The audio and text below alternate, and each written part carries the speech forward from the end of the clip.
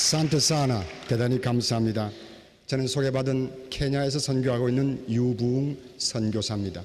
1984년 서울에 있는 아시아연합신학대학 아프리카 선교위원회로부터 파송을 받고 나이로비 근교에 있는 성바울연합신학대학과 적도의 오지 빅토리아 호스가에 있는 키수무 신학교를 중심으로 해서 영어권에 있는 아프리카의 많은 목회자들을 양성하고 지도자를 훈련하며 또 그 당 가운데 아주 우수한 사람들을 우리 한국의 아시아연합신학대학이나 장로회 신학대학 제3세계 연구원에 보내서 아프리카를 복음할 수 있는 고급 지도자들을 훈련하는 한 선교자 올시다.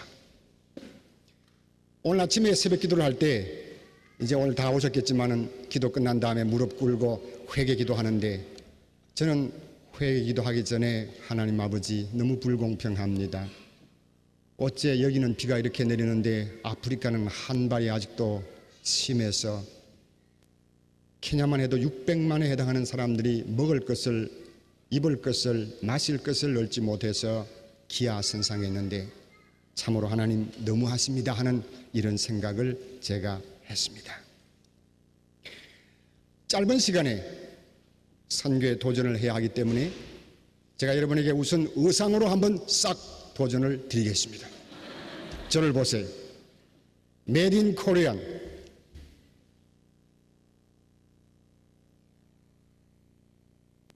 한국 사람입니다.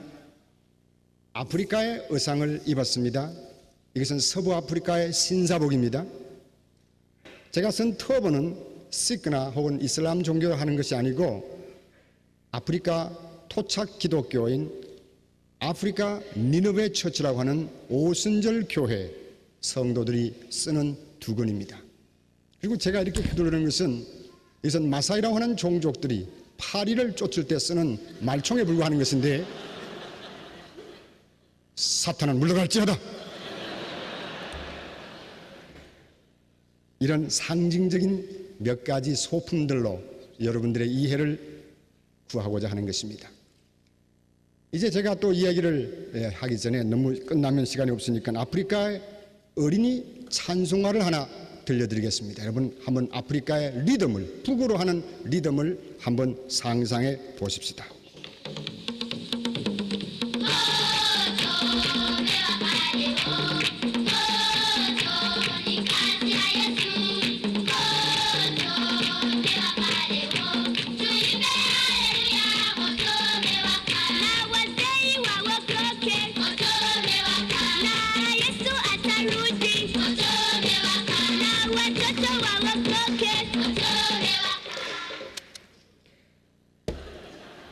또 제가 오늘 이 짧은 시간에 못다 하는 정보는 우리가 선교에 도전을 받으려고 하면 정확한 선교지에 대한 정보가 있어야 합니다. 그래서 제가 말로 하는 오럴 인포메이션, 지금 제가 보고를 드리고 또 하나는 리튼 인포메이션, 기록된 정보를 하나 가지고 있습니다. 기독교는 아프리카를 구원하고 있는가? 이것은 제가 지나가는 8년 동안 아프리카 선교 현장에서 체험한 선교의 방법론, 아프리카 기독교의 역사, 그리고 한국 선교의 가능성, 제3세계 사람들은 어떤 기독교에 대한 이해를 가지고 있는가 등등에 대한 글들이 실려 있습니다. 여러분께서 원하시면 이 책을 여러분 정보용으로 사용하시길 바랍니다. 아프리카 사람들은 이렇게 제가 쓸 때 하바리 그럽니다. 혹은 하바리 자수부이, 하바리 가니, 우리 아프리카에서는 선교사님 많이 계십니다만 무슨 소린가 하니 하바리 뉴스란 뜻입니다. 소식. 그래서 7시 뉴스를 말씀드리겠습니다. 7시 하바리를 말씀드리겠습니다. 그렇게 되는 겁니다. 소식을 기다리는 사람들입니다. 어떤 소식을 기다리는가? 생명의 소식을 기다립니다. 기쁨의 소식을 기다립니다. 산 소망의 소식을 기다립니다. 축복의 소식을 기다리는 사람들입니다. 제가 8년 전 아프리카 오지 빅토리아 호수가에 있는 키수무란 도시에 한 50km 떨어지는 아주 호수 가까이에 정말 악어와 히포, 하마들이 우글거리는 그 속에 들어가서 1년 동안 도전을 제 자신 받았습니다. 제가 거기서 3가지 도전을 받았는데 첫째로 성서는 어째서 복된 소식인가 하는 것입니다. 에어컨 속에서 자동차를 타고 아스팔트의 문화를 누리는 사람들에게는 성서는 마땅히 기쁜 소식일 수 있습니다. 굿뉴스일 수 있습니다. 복된 소식일 수 있습니다. 그러나 먹을 것이 없고 250종이나 되는 말라리아에 걸려서 고열과 설사와 구토를 일으키면서 그러면서 파상풍균에 죽어가 넘어져가는 그런 이웃들을 생각할 때 과연 성서는 이 사람들에게도 축복의 소식이 될 수 있는 것인가? 유앙겔리온, 승리의 소식이 될 수 있는 것인가? 좋은 소식이 될 수 있을 것인가? 저는 내 마음속에 큰 도전을 받았습니다. 여러분, 아프리카 대륙은 마치 케냐 같은 나라는 쇼윈도와 같은 곳입니다. 우리 한국 선교사가 처음으로 상륙한 곳이 아닙니다.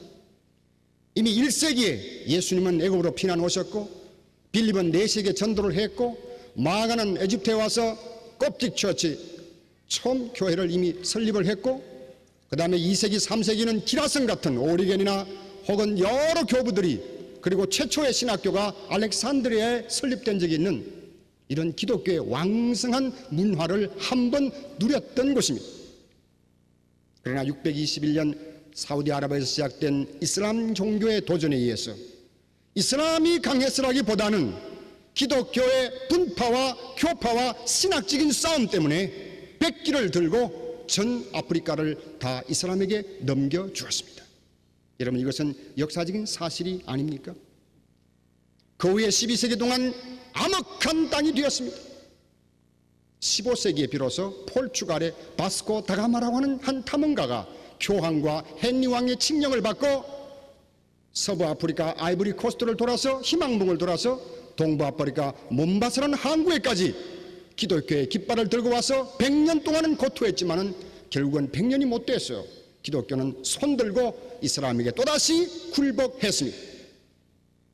그 후에 저 유명한 현대 아프리카 선교의 아버지 리빙스톤이 횃불을 들고 케이프타운에 상륙하는 19세기 초까지 아프리카는 전혀 기독교의 무인지형이었습니다.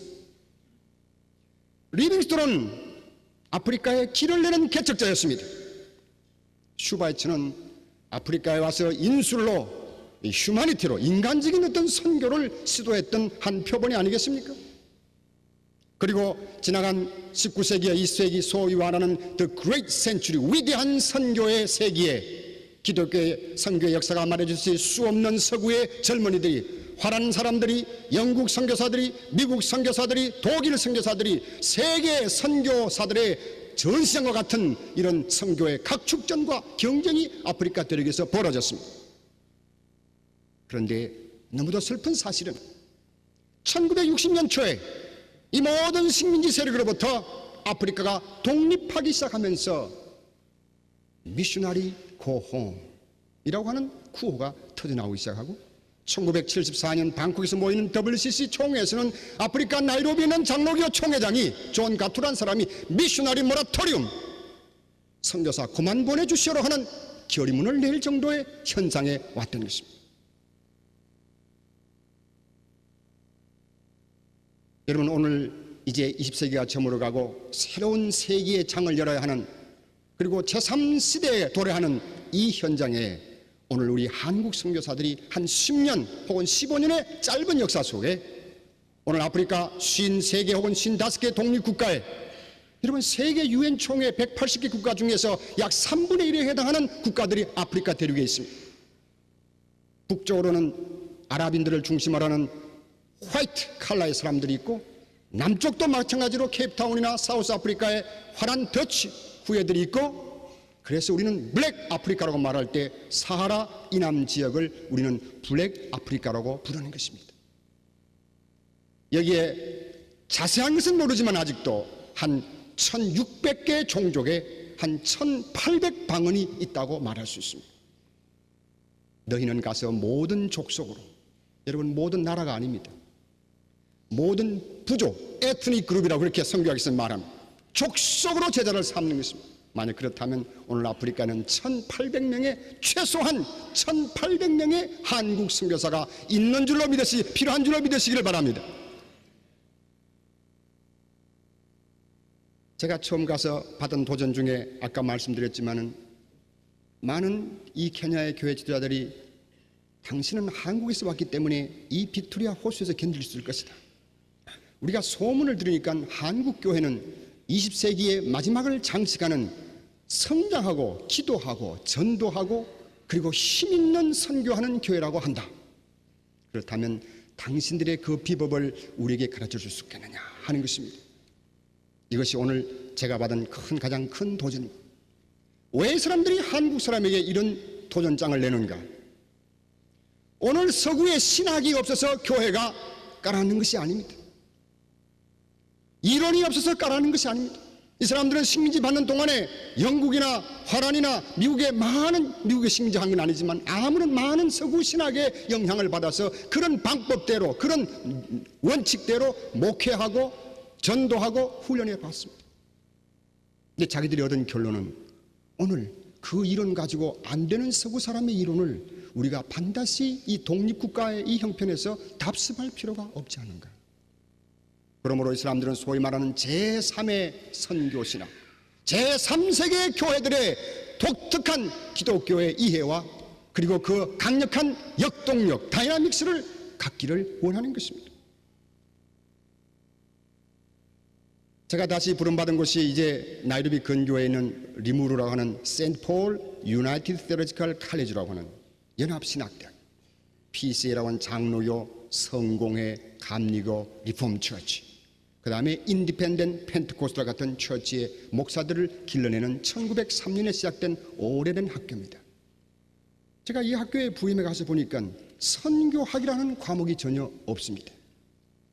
그래서 1986년에 비로소 그 학교에 선교학과라는 걸 만들고 선교학 교재를 만들고 커리큘럼과 실러버스를 만들고 그리고서는 한국식으로 이 목회자들을 육성하기 시작했습니다.